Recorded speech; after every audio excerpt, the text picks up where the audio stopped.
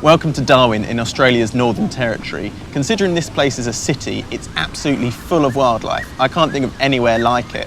The main thing here is birds. There's tons of stuff, from owls and shorebirds to lorikeets and lapwings. Walking through this tropical city, it sometimes feels like you're in a jungle as opposed to an urban metropolis, simply because there's a huge myriad of species that you come across and the constant cacophony of bird calls.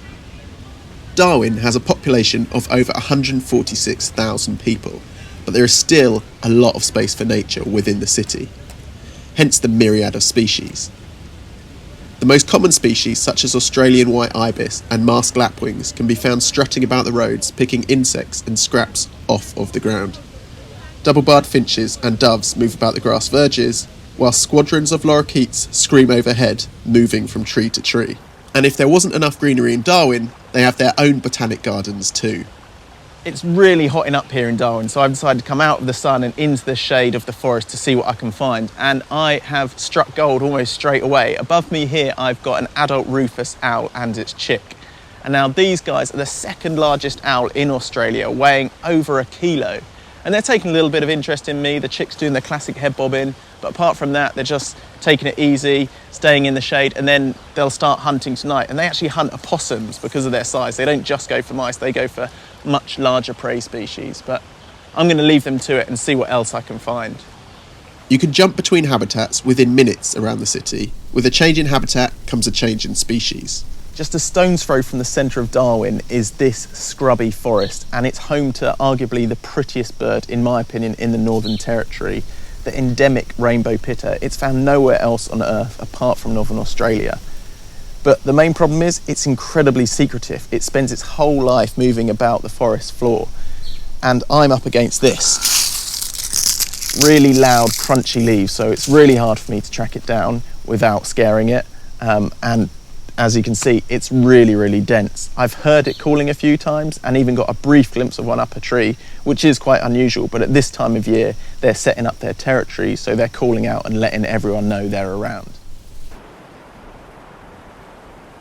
I've crawled my way through the swarms of sandflies and across the razor-sharp sticks to get as close as I possibly dare to this flock of wading birds here at Buffalo Creek. It's amazing the diversity of habitats here in Darwin. And we've timed this with high tide, so as the sea rises, these waders will be pushed closer and closer. There's a huge mix of them. And now this is boosted by migratory birds as well as the local population. But as the tide comes in, it really pushes them closer to me, and hopefully you'll get some great photographic opportunities. It wouldn't be wader photography if I wasn't lying in the sand, but usually when I'm doing this in England or somewhere, it's pouring with rain, there's a really strong cold wind, and this certainly isn't a beautiful kind of warm sand to lie on, and it's about 30 degrees. That was an evening raid on the wader roost. With clear skies forecast for the following morning and sunrise occurring just after high tide, I was tempted back. Waders picked their way across the newly exposed sand, which was bouncing back that stunning sunrise. Curlews worked the shallows as terns patrolled up and down the surf line. Red-capped plovers were everywhere, such dainty little birds, and oyster catchers had territorial disputes out on the mudflats. No matter where I am in the world, wader roosts offer up great photo opportunities, but to have one like this so close to the city is an added bonus. Our time in Darwin's come to an end and we're now heading out to Kakadu. But first off, we've stopped here at Corroboree Billabong and we're gliding through these waterways with Wildlands Wetland Safaris, encountering the abundance of wildlife that makes its home here. There is tons and tons of birds, but the real claim to fame here is that it has the largest naturally occurring population of crocodiles anywhere in the world. And there are actually rumours of a 7-metre-long beast called Bigfoot, but you don't get that big by showing yourself to everyone, so chances are we won't see him. But we have encountered a few of his relatives. But it isn't just crocs here. The prehistoric-looking pheasant cuckow sunning itself in the trees, and a few wallabies on the floodplain having a fight.